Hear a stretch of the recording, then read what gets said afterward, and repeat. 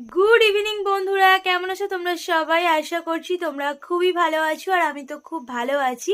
সুজয় হৈমন্তী চ্যানেলে তোমাদেরকে স্বাগত জানিয়ে শুরু করছি আজকে একটা নতুন ব্লগ। তো সন্ধ্যা থেকেই ভিডিওটা শুরু করছি, আর এখন টাইম হচ্ছে 7টা বাজে। কেননা ঘোরাঘুরি করে এসে না গা হাত পায়ে এত ব্যথা হয়েছিল, তো সারাদিন শুয়ে বসেই সময় কাটাচ্ছি, ভিডিও তো আর স্টার্টিংই করিনি। তো এখন সন্ধ্যাবেলা, এখন একটু রেস্ট ফেস্ট নিয়ে উঠেছি, উঠে এখন থেকে ভিডিওটা স্টার্ট করেছি। আর আজকে দেখো দুদিকে চুল বেঁধেছি, এই একদিকে আর এইদিকে একটা চুলের ভাগ আছে। তো দুদিকে চুল বেঁধে নিয়েছি, কেননা শ্যাম্পু করেছিলাম, চুলটা শুকিয়েছে, তারপর চুল বেঁধে নিয়েছি। আর প্রচুর ঘোরাঘুরি করেছি, খুবই মানে মন মেজাজ একদম ভালো আছে একদম। মানে ঘুরলে তো সবারই মন মেজাজ ভালো হয়ে যায়, আর আমরাও ঘুরে এসেছি, মন মেজাজ একদম ক্লিয়ার।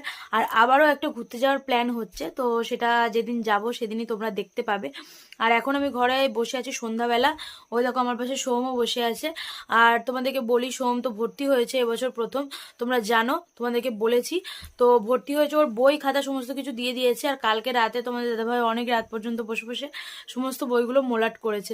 তো চলো তোমাদের একটু দেখিয়ে দিই সোমের বইগুলো, আর তারপর আমাকে রান্নাঘরেও যেতে হবে, অনেক কাজ আছে, তো চলো এক এক করে সারি। তো দেখো বিছানার মধ্যে সোমের সমস্ত বই খাতা নিয়ে আমি বসে পড়েছি। আর সোমের স্কুল বলে দিই 6 তারিখ থেকে, মানে জানুয়ারির 6 তারিখ থেকে ও স্কুল খুলবে। আর আজকে ছিল স্পোর্টস, কিন্তু ও তো ভর্তি হয়েছে প্রথম, কাউকে চেনে না জানে না বলে আজকে স্পোর্টসে ওকে নিয়ে যাওয়া হয়নি। আর এদিকে সমস্ত বই খাতা আছে, চলো তোমাদের একটু একটু করে দেখিয়ে দিই কি কি সোমের নতুন নতুন বই খাতা। তোমাদের দাদাভাই কালকে মোলার দিয়ে দিয়েছে। এটা হচ্ছে ফার্স্ট হচ্ছে সোমের বই আছে হচ্ছে পরিবেশ বই। তো এটা হচ্ছে পরিবেশ বই, আর এখনো নামটাম কিছুই লেখা হয়নি, সেগুলো তোমার দাদাভাই এক এক করে লিখে দেবে। আর একটা দেখাই, এটা কি বই, এটা হচ্ছে ইংরাজি বই। তো এ দেখো, তো সোমের 6টা বই আছে টোটাল, এটা পরিবেশ, এটা ইংরাজি গেল, তারপর এটা কি বই আছে দেখি, বাংলা। তো এটা হচ্ছে বাংলা বই, দেখে নাও, এটা হচ্ছে বাংলা বই সোমের। তো এই গেল বাংলা বই। আর আছে হচ্ছে হ্যান্ড রাইটিংয়ের বই একটা, এটা হচ্ছে খাতা, মানে অঙ্ক খাতা আর কি। তো 4টে খাতা লাগবে বলে দিয়েছিল, সেই হিসেবে খাতা নেওয়া হয়েছে, এই একটা অঙ্ক খাতা গেল। আর এদিকে আছে হচ্ছে বাংলা খাতা, তো বাংলা খাতা দুটো নেওয়া হয়েছে, একটা পরিবেশের জন্য একটা বাংলার জন্য। তো এই দেখো এটা ইংরাজি খাতা আছে। তো এখনো কিছু মানে স্টার্টিং হয়নি, স্কুল খুলবে তারপর সব এক এক করে স্টার্টিং হবে। এটা হচ্ছে অঙ্ক বই। সোম একটু একটু করে কিন্তু 1-2 পাতা মতো ওর পড়া হয়ে গেছে অলরেডি, আমি বাড়িতে পড়াচ্ছি সন্ধে করে প্রতিদিন। আর সোমের 4 বছর পূর্ণ হয়ে গেছে জানো তো, সেই জন্য এবছর আরও ভর্তি করে দিলাম। এটা হচ্ছে handwriting, English handwriting, আর এটা হচ্ছে বাংলা হ্যান্ড রাইটিং বোধহয়, হ্যাঁ এটা বাংলা হ্যান্ড রাইটিং। সোম দেখাচ্ছে ওর খাতাটা, ওই দেখো। তো এই খাতাটা মোলাটা হয়নি এখনো, এই দেখো বাংলা হ্যান্ড রাইটিং। তো এই হচ্ছে সোমের সমস্ত বই খাতা। আর এটা হচ্ছে বাংলা একটা খাতা, এটা পরিবেশের জন্য। তো এটা এখনো মানে মোলাট হয়নি, মোলাট কম পড়েছিল, বাবা নিয়ে আসবে তারপর মোলাট করে দেবো।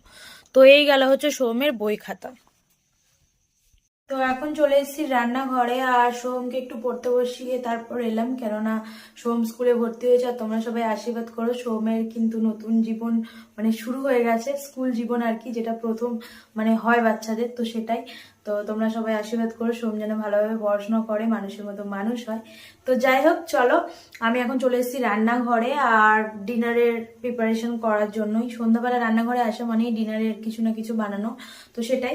মা কিন্তু সন্ধ্যা সন্ধ্যা হতেই না হতেই একদম রুটি বানিয়ে নিয়েছে, ক্যাসরোলের মধ্যে একদম রেখে দিয়েছে রুটিটা। তো রুটি বানানো কমপ্লিট, আর আমি এখানে এসেছি হচ্ছে এ দেখো বেগুন পোড়া করছি, এই দুটো কালো বেগুন, তো দুটো বেগুনই একদম পোড়াতে বসিয়ে দিয়েছি গ্যাসের মধ্যে। আর আছে দুটো হচ্ছে সাদা বেগুন, তো মিক্সড করেই পোড়াবো আর কি। কালো বেগুনটা বেশি মিষ্টি হয়, খেতে ভালো লাগে, সাদা বেগুনটাও হয়। তো দুটোই 4টে ছিল, সেই 4টেই পুড়িয়ে নিচ্ছি। আর আজকে তো বলি, দুপুরবেলা তো তোমাদের মেনু কিছুই দেখানো হয়নি, আজকে হয়েছিল চিকেন।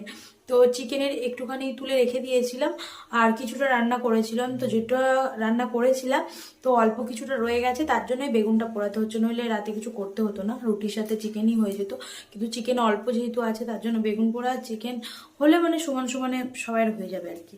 তো চলো এখন আমি এই কাজগুলো সেরে নিই, তারপর আরও কাজ আছে সেগুলোও সারতে হবে। তো চলো এক এক করে করি, আর তোমরাও দেখতে থাকো।